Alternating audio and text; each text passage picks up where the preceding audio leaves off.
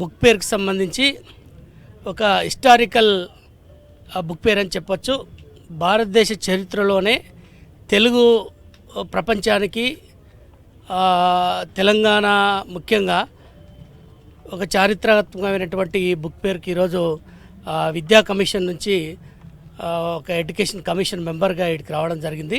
ఈ టీశాట్కి సంబంధించినటువంటి ప్రత్యేకతను కూడా ఒకసారి చెప్పుకున్నట్లయితే ఈరోజు డిజిటల్ మీడియా, ఈరోజు ప్రపంచానికి డిజిటల్ మీడియా అనేది చాలా పిల్లలకి ఈరోజు డిజిటల్ ఎడ్యుకేషన్ అనేది చాలా ఇంపార్టెంట్లోనికి వచ్చినటువంటి విషయము అందరికీ తెలుసు. అయితే ఈ డిజిటల్ మీడియా ద్వారా టీశాట్ ద్వారా గవర్నమెంట్ చేపట్టేటువంటి ఎడ్యుకేషన్ యూకేజీ ఎల్కేజీ నుంచి యూనివర్సిటీ ఎడ్యుకేషన్ వరకు కూడా ఆన్లైన్ ఎడ్యుకేషన్ ఇస్తూ ఉన్నారు. అదేవిధంగా కాంపిటేటివ్ ఎగ్జామ్స్కి సంబంధించి అంటే గ్రూప్ 1, గ్రూప్ 2, సివిల్ సర్వీసెస్, అదేవిధంగా డిఎస్సి కావచ్చు, అదేవిధంగా కానిస్టేబుల్ కావచ్చు, ఎస్ఐ కావచ్చు, ఇట్లా రకరకాల కాంపిటేటివ్ ఎగ్జామ్స్కి సంబంధించి కూడా ఇక్కడ అంటే ఈ టీశాట్ ద్వారా వాళ్ళకి కోచింగ్ ఇవ్వడం జరుగుతుంది. చాలా అద్భుతమైనటువంటి ఫలితాలు కూడా రావడం జరుగుతుంది. అయితే నాకు తెలిసినంత వరకు గతంలో ఎన్నడూ కూడా ఇట్లాంటి పరిస్థితి టీశాట్కి లేకుండే.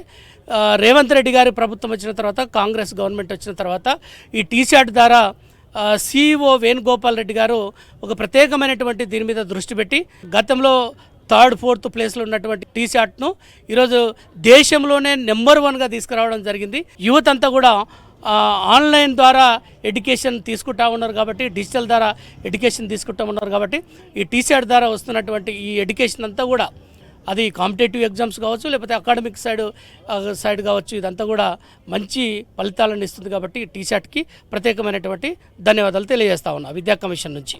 Thank you.